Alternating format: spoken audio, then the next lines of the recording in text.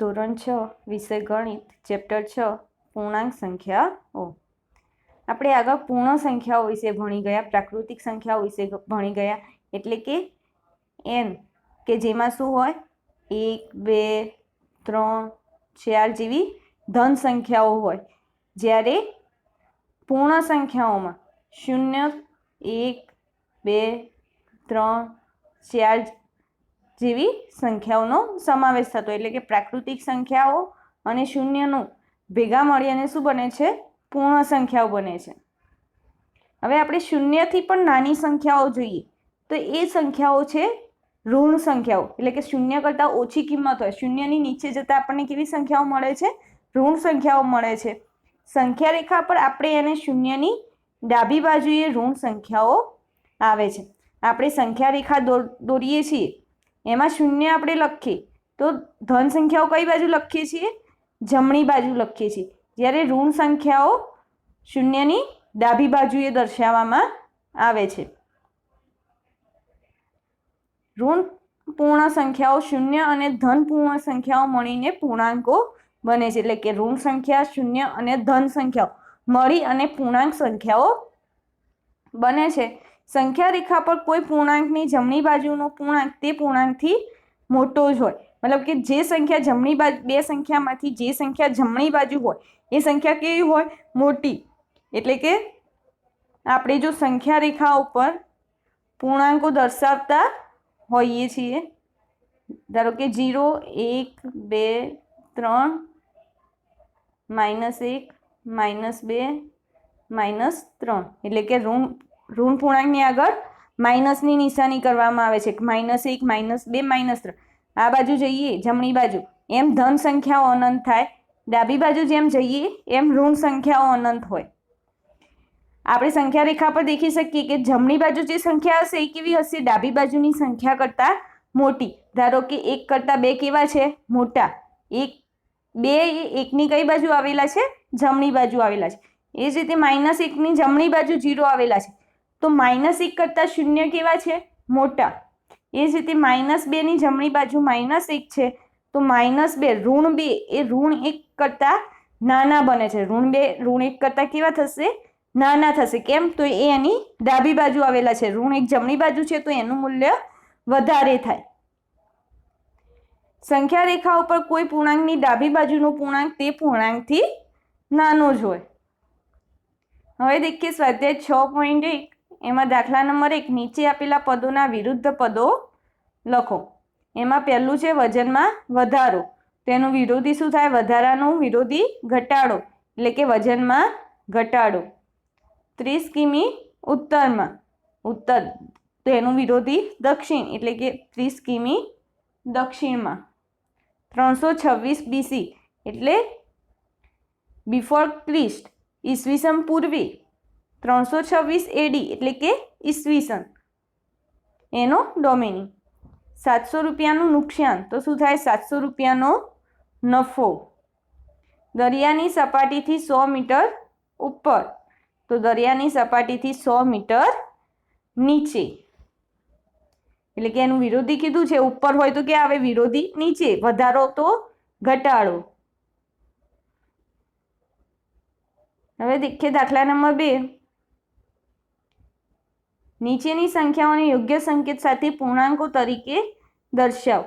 એક વિમાન જમીન ઉપરથી 2000 મીટરની ઊંચાઈ પર ઉડી રહ્યું છે। શું આપેલું છે? ઊંચાઈ બતાવી છે। ઊંચાઈ હોય એટલે કેવું હોય? એને હંમેશા ધન લેવાનું, એટલે કે આગળ પ્લસ, કેટલા મીટરની ઊંચાઈ ઉડે છે? 2000 મીટર, તો શું લખાશે? ધન 2000 મીટર। એક સબમરીન દરિયાની સપાટીથી 800 મીટર નીચે તરફ જઈ રહી, નીચે તો ઋણ સંખ્યા તરીકે દર્શાવવાની, એટલે -800 મીટર। અહીંયા 800 મીટર આપેલા છે એટલે આપણે અહીંયા -800 મીટર લખ્યા। કેમ? કારણ કે એ નીચે તરફ જઈ રહી છે। ખાતામાં 200 રૂપિયા જમા, મતલબ કે તમે ખાતામાં 200 રૂપિયા ઉમેર્યા છે, જમા કરાવેલી, એટલે શું થશે? પ્લસ 200 રૂપિયા। ખાતામાંથી ₹700નો ઉપાડ, એટલે કે તમે 700 ઉપાડ્યા એટલે ઓછા થયા એટલા, તો -700 રૂપિયા। નીચે આપેલી સંખ્યાઓને સંખ્યા રેખા પર નિરૂપણ કરો, મતલબ કે આપણે જે સંખ્યા રેખાઓ દર્શાવીએ છીએ એના પર આપણે હવે એને શું કરવાનું છે, દર્શાવવાના છે. તો પહેલું છે +5 એટલે કે ધન સંખ્યામાં 5. તો આપણે સંખ્યા રેખા દોરીએ, એના ઉપર સૌ પ્રથમ આ રીતે અંકો લખવામાં આવે છે કે ઋણ પૂર્ણાંક શૂન્યની ડાબી બાજુ અને ધન પૂર્ણાંક શૂન્યની કઈ બાજુ લખવામાં આવે છે, જમણી બાજુ લખવામાં આવે. શૂન્ય લખીએ એની જમણી બાજુથી 1 2 3 4 એ રીતની સંખ્યાઓ લખવાની અને શૂન્યની ડાબી બાજુથી -1 -2 -3 -4 એ રીતની સંખ્યાઓ આવશે. અહીંયા 5 આગળ આપણે બિંદુ એ દર્શાવ્યું છે એટલે કે આકૃતિમાં બિંદુ એ +5 ને સંગત બિંદુ છે, મતલબ કે બિંદુ એ 5 ને દર્શાવે છે. હવે છે -10, તો સંખ્યા રેખા દોરી એના પર શૂન્ય લખી, શૂન્યની ડાબી બાજુ ઋણ સંખ્યાઓ અને જમણી બાજુ ધન સંખ્યાઓ. હવે આકૃતિમાં બિંદુ બી એ શું છે, -10 ને સંગત બિંદુ, મતલબ કે બિંદુ બી એ -10 કે આગળ છે એ દર્શાવે છે. હવે છે ત્રીજું +8, તો શું થશે, સંખ્યા રેખા દર્શાવીએ, શૂન્યની જમણી બાજુ ધન પૂર્ણાંક, ડાબી બાજુ ઋણ પૂર્ણાંક. તમારે પૂર્ણાંકો એ રીતે લખવાના કે તમારે કઈ બાજુના પૂર્ણાંકો વધારે જોઈએ છે એ રીતે આપણે પૂર્ણાંકો દર્શાવવાના, પણ વચ્ચે જે અંતર છે એ દરેકમાં કેવું હોવું જોઈએ, સમાન રહેવું જોઈએ. તો અહીંયા બિંદુ સી એ +8 ને સંગત બિંદુ છે. -1 એટલે કે શૂન્યની ડાબી બાજુ, તો આકૃતિમાં બિંદુ ડી એ -1 ને સંગત બિંદુ તરીકે દર્શાવ્યું છે કે -1 ને દર્શાવે છે. -6 તો શૂન્યની ડાબી બાજુ -1 -2 -3 -4 -5 -6 -7 ને -8 દર્શાવે છે. તો ઈ બિંદુ એ શું દર્શાવે છે, -6 ને દર્શાવે છે.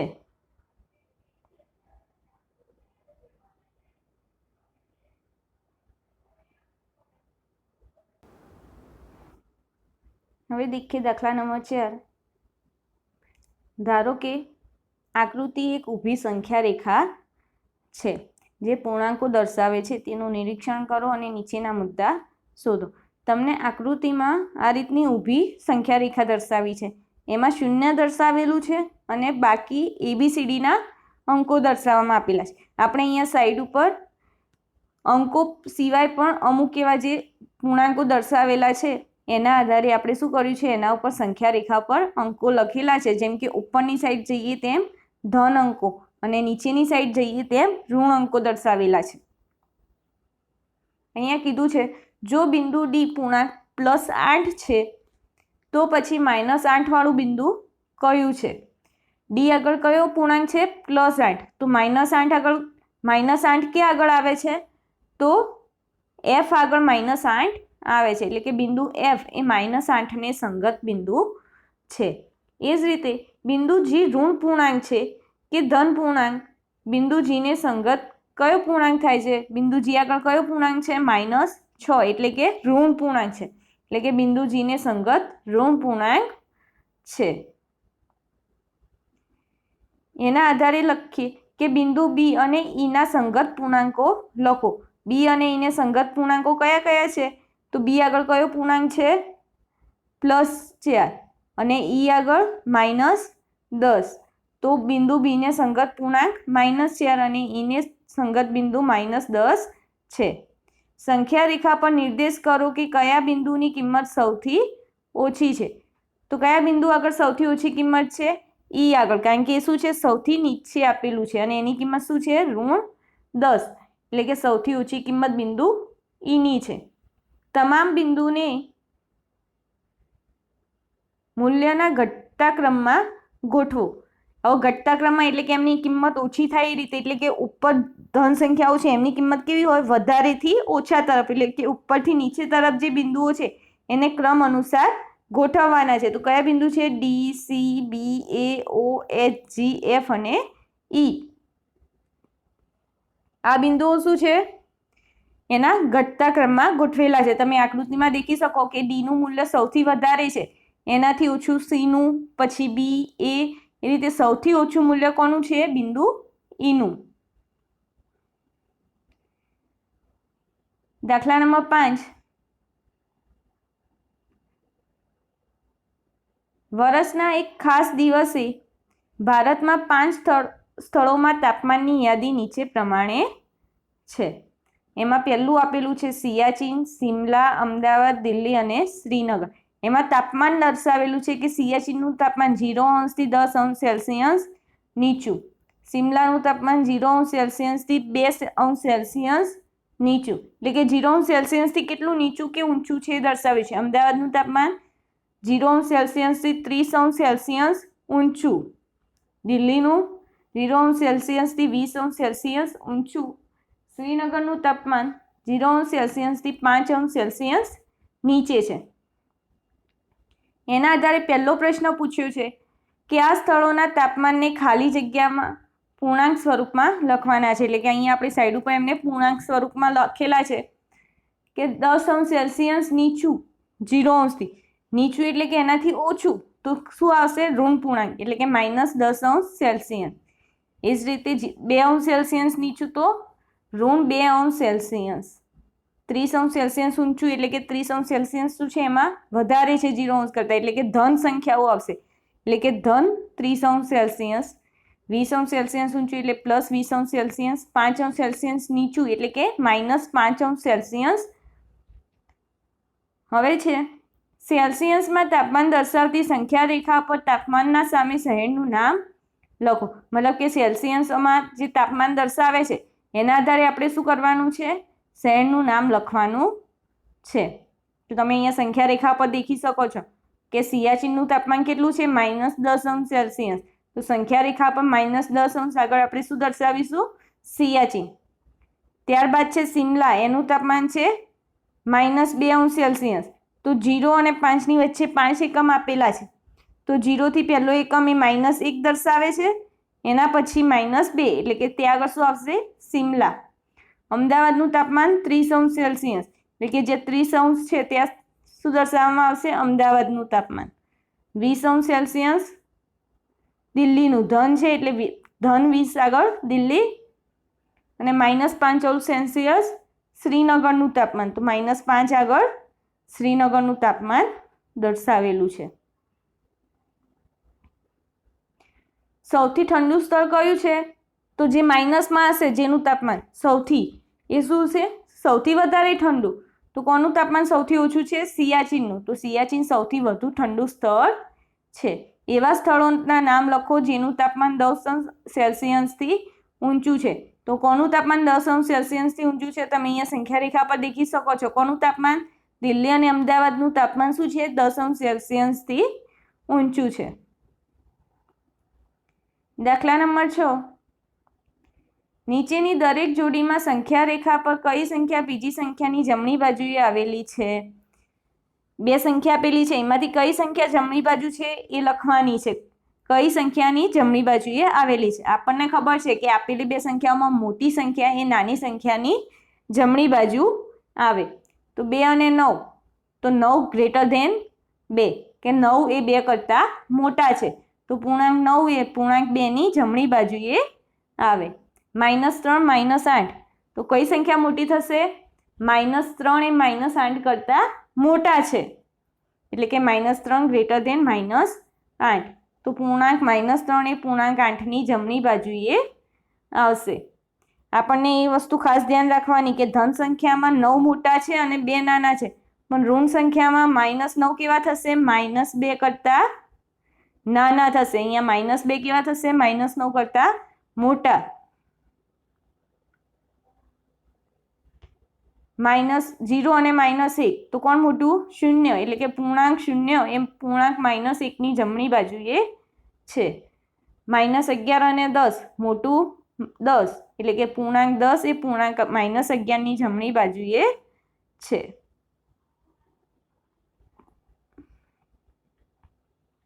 -6 અને 6, મોટા કોણ? ધન પૂર્ણાંક મોટા 6. પૂર્ણાંક 6 એ પૂર્ણાંક -6ની જમણી બાજુએ છે. 1 અને -6, મોટા શું થશે? 1. ઋણ 100 એ શું થાય? 1ની ડાબી બાજુએ આવે છે. સંખ્યા રેખા પર આપણે દર્શાવી તો, અને ડાબી બાજુ આવતી સંખ્યાઓ કેવી હોય? નાની. એટલે કે પૂર્ણાંક 1 એ પૂર્ણાંક -6 ની જમણી બાજુએ છે. આપેલી જોડીઓ વચ્ચેના દરેક પૂર્ણાંકોને તેમના ચડતા ક્રમમાં લખો. પૂર્ણાંકોને શું કરવાના છે? ચડતા ક્રમમાં લખવાના છે એમની વચ્ચે આવતા. તો 0 અને -7, તો શું થશે?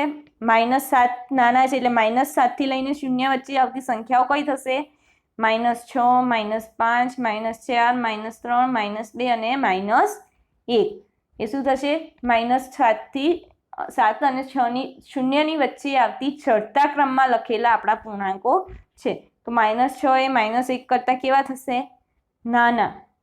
-4 અને 4, તો -3, -2, -1, 0, 1, 2, 3. -8 અને -15, તો -14, -13, -12, -11, -10 અને -9. હવે આગળ શું આવે? -8 આવશે. તો આપણે એના વચ્ચેના પૂર્ણાંકો લખી દીધા. -30 અને -23, તો -29, -28, -27, -26 અને -24. દાખલા નંબર 8, -20 થી મોટી 4 ઋણ પૂર્ણાંક સંખ્યા લખો.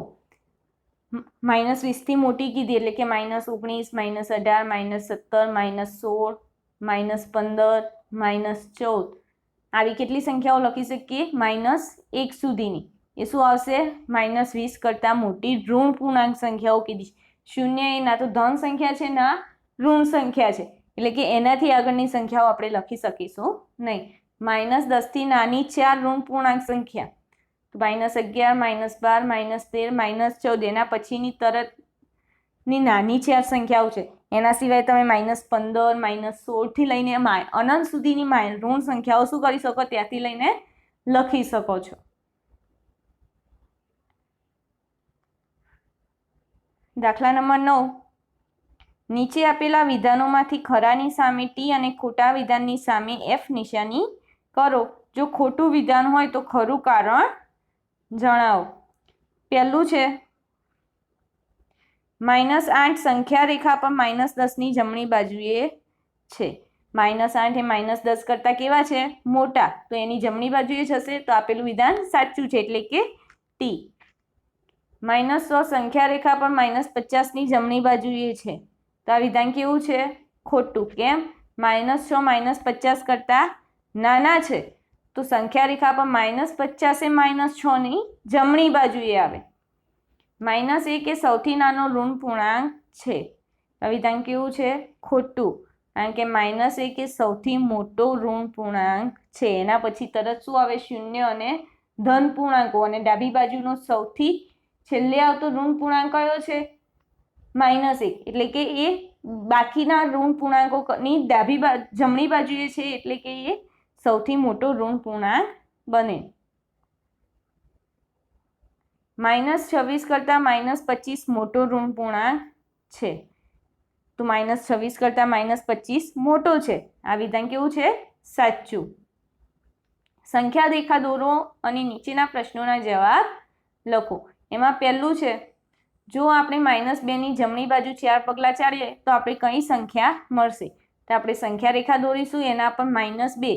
-2 થી કઈ બાજુ? જમણી બાજુ જવાનું છે. એટલે કે જમણી બાજુ કેટલા પગલાં? 4 પગલાં. એટલે કે 4 કદમ ચાલીએ તો 1, 2, 3 અને 4. તો આપણે કેટલા ઉપર પહોંચીએ છીએ? 2 ઉપર પહોંચીશું. જો ડાબી બાજુ કીધું હોત તો શું આવત? 1, 2, 3 અને 4. તો કેટલા ઉપર પહોંચ્યા હોત ડાબી બાજુ? -6 ઉપર. બી, જો આપણે 1 ની ડાબી બાજુ 5 પગલાં ચાલીએ તો આપણને કઈ સંખ્યા મળશે? 1 ની કઈ બાજુ કીધું છે? ડાબી બાજુ, એટલે આ બાજુ. 5 પગલાં ચાલીએ તો 1, 2, 3, 4 અને 5. તો કેટલા પર આવ્યા? -4 ઉપર પહોંચીએ. જો આપણે સંખ્યા રેખા પર -8 પર હોઈએ તો -13 પર પહોંચવા માટે કઈ બાજુ ચાલવું પડે? -8 અહીંયા છે અને -13 આ બાજુ. 8 ઉપરથી 13 ઉપર જવું છે તો આપણે કઈ બાજુ ગયા? ડાબી બાજુ. એટલે કે -8 પરથી -13 ઉપર પહોંચવા માટે આપણે ડાબી બાજુ 5 એકમ ચાલવું પડે. કેટલા એકમ છે? 1, 2, 3, 4 અને 5 એકમ ચાલીએ એટલે આપણે -13 ઉપર પહોંચીએ. ચોથું છે, જો આપણે સંખ્યા રેખા પર -6 પર હોઈએ તો -1 પર પહોંચવા માટે કઈ બાજુ ચાલવું પડે? -6 -1 કઈ બાજુ છે? જમણી બાજુ છે. હવે કેટલા એકમ ચાલીશું તો દેખીએ 1 2 3 4 અને 5. -6 થી -1 પર પહોંચવા જમણી બાજુ 5 એકમ આપણે ચાલવું પડે. આમાં આપણે સંખ્યા રેખા પર ધન અને ઋણ પૂર્ણાંકો દર્શાવતા શીખ્યા. હવે આપણે આગળ ધન અને ઋણ પૂર્ણાંકોના સરવાળા અને બાદબાકી વિશે ભણીશું.